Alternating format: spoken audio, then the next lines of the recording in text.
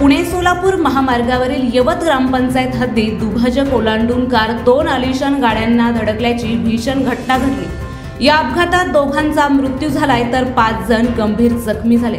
बुधवारी 20 ऑगस्ट रोजी यवत हद्दीतील हॉटेल शोरूमच्या समोर सायंकाळी 7 वाजेच्या सुमारास ही घटना घडली।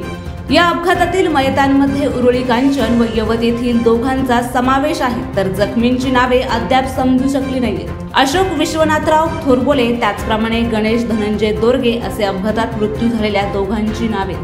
याबाबत ज्ञानेश्वर विश्वनाथ थोरबोले यांनी यवत पोलीस ठाण्यात फिर्याद दिली असून त्यानुसार राकेश मारुती भोसले यांच्यावर गुन्हा दाखल करण्यात आलाय।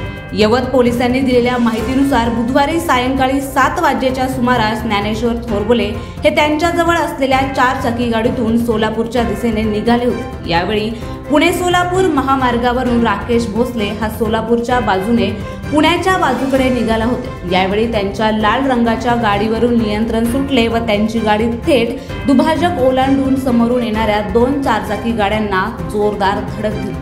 या अपघातात अशोक थोरबोले व गणेश दोरगे यांना जोरदार मार लागला होता। त्यांना तात्काळ नागरिकांच्या मदतीने यवत व उरुळी कांचन येथील रुग्णालयात दाखल केले असता दोघांचाही मृत्यू झाल्याचे डॉक्टरांनी जाहीर केले। तसेच या प्रकरणी ज्ञानेश्वर थोरबोले यांनी दिलेल्या तक्रारीनुसार राकेश भोसले यांच्यावर यवत पोलीस ठाण्यात गुन्हा देखील दाखल करण्यात आला। त्याचप्रमाणे या घटनेचा पुढील तपास पोलीस उपनिरीक्षक गोविंद भोसले हे करत आहेत।